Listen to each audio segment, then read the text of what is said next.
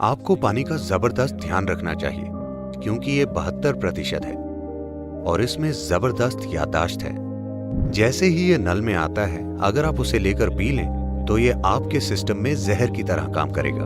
हवा पर असर पड़ता है सिर्फ आवाजों, इरादों और भावनाओं से। हर दिन शरीर पर कुछ धूप पड़ने दें क्योंकि धूप आज भी शुद्ध है।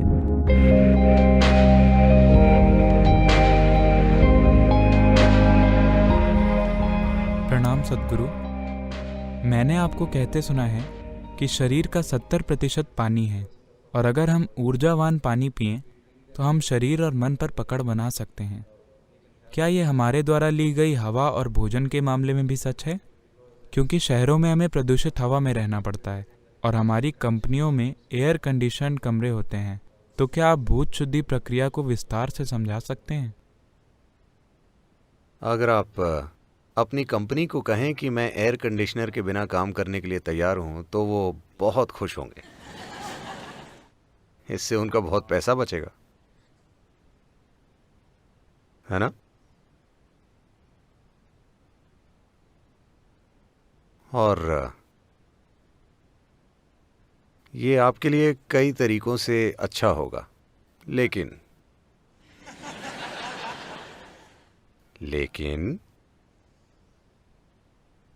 ये शहर अभी वैसी स्थिति में नहीं है। यहाँ अगर आप खिड़की खोलेंगे तो हवा नहीं आएगी, धुआं आएगा, बदबू आएगी, मिट्टी आएगी। तो ये अच्छा है, आरामदायक है, लेकिन आपको यहाँ 24 घंटे नहीं बैठना है, बस काम करना है। आप जब भी हो सके सैर कर सकते हैं। और वैसे भी 72% पानी है, 12% पृथ्वी है, सिर्फ 6% हवा है। वो 6% हवा पूरी सांसों में नहीं है। जो 6% हवा यहाँ है उसमें सिर्फ 1% से कम आपकी सांसों में है। बाकी बस मौजूद है, कुछ लोगों के दिमाग में जमी होती है। वरना शरीर की हर कोशिका में हवा होती है। तो हवा का मतलब सिर्फ सांसें नहीं है। 6% हवा शरीर की हर कोशिका में है। बस उसे दिमाग से थोड़ा हटा लें तो अच्छा होगा। फेफड़ों, हृदय और मांसपेशियों में होना अच्छा है, वो अच्छे से काम करते हैं अगर ऑक्सीजन है तो।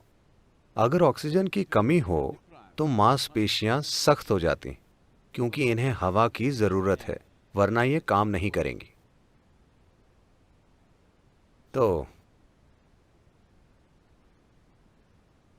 पानी 72% है।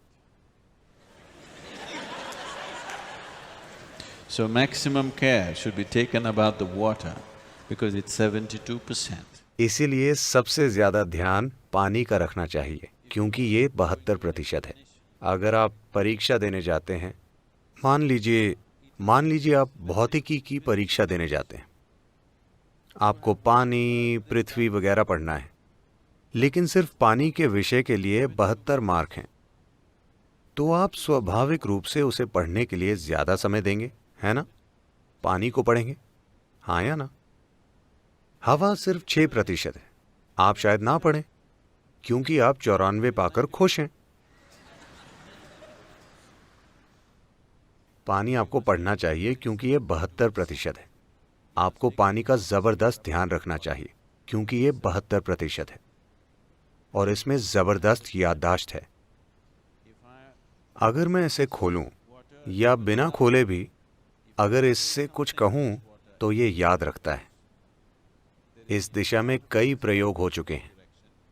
तो अगर आप इस पानी को इसके स्रोत से लें और अपने घर तक पंप करें, मान लीजिए ये 50 मोड़ों से गुजरा और इसे बलपूर्वक पंप किया गया एक निश्चित ताकत लगाकर, जो स्वाभाविक रूप से होता है, और आप 12वीं मंजिल पर रहते हैं तो और जोर लगाया गया। कहा जाता है कि अगर ये 50 मोड़ों से गुजरता है तो 60% पानी जहर बन गया है। जैसे ही ये नल में आता है, अगर आप उसे लेकर पी लें तो ये जहर की तरह काम करेगा आपके सिस्टम में। अगर आप इसे लेकर कुछ देर पकड़ें तो ये फिर से ठीक हो जाएगा, क्योंकि जहर रासायनिक नहीं है, ये आणविक है। अणुओं में बदलाव होते हैं, कोई रासायनिक बदलाव नहीं होते। इसीलिए पारंपरिक रूप से आपकी दादी ने हमेशा कहा था कि हमेशा पानी को भरो और पूरी रात घर पर रखो, एक साफ बर्तन में जिस पर विभूति और कुमकुम लगा हो और एक फूल रखा हो। हाँ या ना? पारंपरिक घरों में कल सुबह ही उसे पिएं। जैसे ही वो आपके घर पर आता है उसे ना पिएं, क्योंकि इसमें हर तरह की यादें होती हैं। बहुत ज्यादा पारंपरिक घरों में लोग हर दिन पानी के बर्तन की पूजा करते हैं। हाँ, और पानी के आते ही उसे कभी ना पिएं, उसे रखें, उसे काफी समय दें ताकि वो खुद को ठीक करे, इकट्ठी की गई बकवास को छोड़ दे, ताकि वो आपके पीने के लिए ठीक हो। पानी का आपको ध्यान रखना चाहिए, क्योंकि ये 72% है।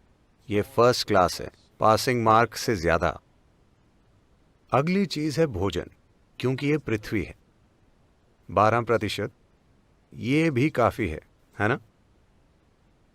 तो आप में भोजन कैसे जाता है, किसके हाथों से आपके पास आता है, आप उसे कैसे खाते हैं, आप उसे कैसे जुड़ते हैं, ये सभी चीजें महत्वपूर्ण हैं। अगली है हवा, 6%। इस 6% में सिर्फ 1% या उससे कम सांसें हैं, बाकी कई अलग अलग तरीकों से होती है। और ये महत्वपूर्ण है, विशेष रूप से अगर आपके बच्चे हैं तो कम से कम महीने में एक बार उन्हें कहीं बाहर ले जाएं, फालतू सिनेमा में नहीं। वहां हर किसी की बकवास हवा में सांस लेनी पड़ेगी। हवा पर असर पड़ता है, सिर्फ आवाजों और इरादों और भावनाओं से। वो सारी बकवास जो स्क्रीन पर चलती है और सारी बकवास जो इंसानी मन में चलती है, हिंसा, सेक्स, लालच वगैरह वगैरह, ये उस हॉल की थोड़ी सी हवा को जबरदस्त तरीके से प्रभावित करती है। तो उन्हें सिनेमा ले जाने से अच्छा है उन्हें नदी पर ले जाएं, उन्हें तैरना सिखाएं, पहाड़ पर चढ़ें। पहाड़ कहाँ है सद्गुरु? हिमालय बहुत दूर है। आपके बच्चे के लिए एक छोटी पहाड़ी भी बहुत है। हाँ, एक छोटी चट्टान भी, बस उस पर चढ़कर बैठें। बच्चे उसका बहुत आनंद लेंगे, वो तंदुरुस्त बनेंगे, आप तंदुरुस्त बनेंगे। और सबसे बढ़कर आपका शरीर और मन अलग तरीके से काम करेंगे।